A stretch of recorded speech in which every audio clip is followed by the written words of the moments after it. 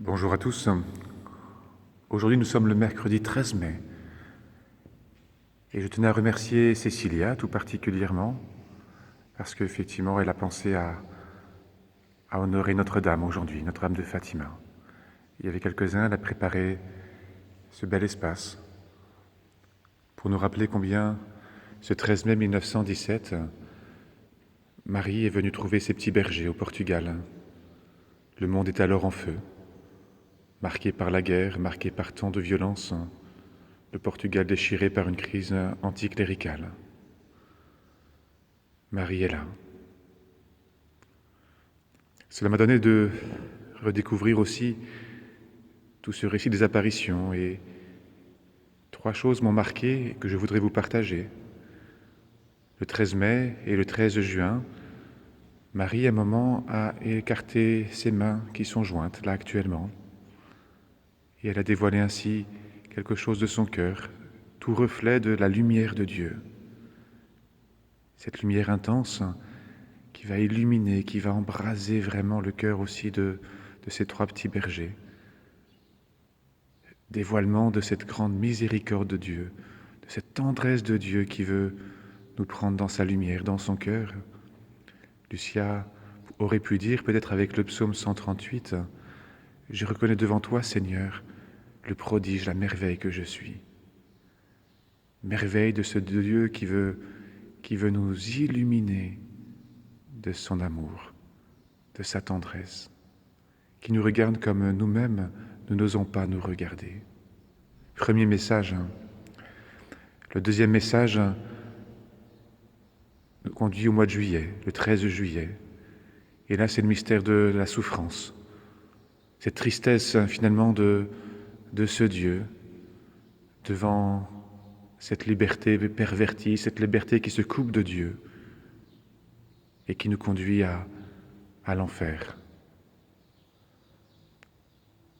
Quelle tristesse, quelle souffrance. L'amour n'est pas aimé, l'amour n'est pas connu. Et beaucoup se perdent. Le troisième message devant cette tristesse, c'est l'appel de la Vierge Marie à prier et à faire des sacrifices. Appel que nous pouvons entendre nous aussi pour notre temps, pour notre monde. Appel que nous pouvons recevoir, elle qui a guidé les apôtres à la veille de la Pentecôte pour les préparer à s'ouvrir à ce don immense de l'Esprit Saint.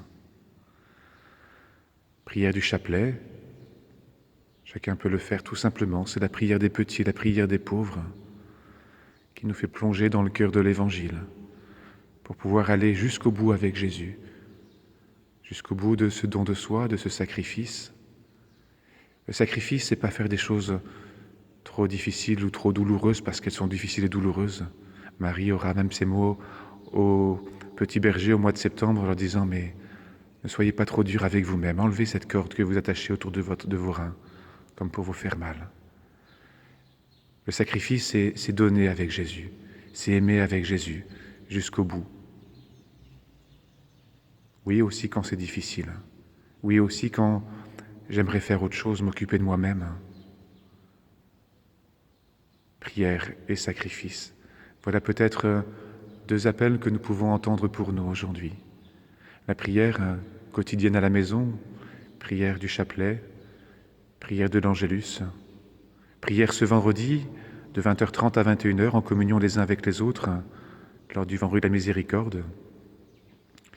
Le sacrifice, s'offrir à la miséricorde avec Jésus, comme cet homme en blanc qui avançait dans une ville dévastée en ruine jusqu'au pied de la croix.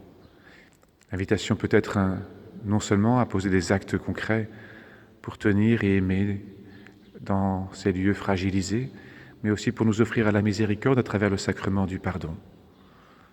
Aujourd'hui, mercredi, vendredi aussi, samedi, rappelez-vous, je propose de recevoir le sacrement de la confession, aujourd'hui de 16h à 18h, vendredi de 18h à 19h30 et samedi de 10h à 11h30.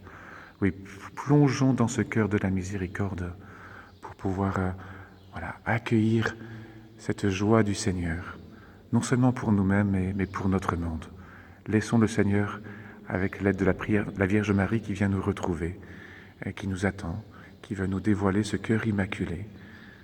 Voilà ce que le Seigneur veut aussi réaliser pour nous. Il veut nous rendre immaculés comme elle. Ça veut dire illuminés, rayonnants de cette lumière de Dieu. Alors que le Seigneur vous bénisse en ce jour de fête, que la Vierge Marie nous guide. Amen.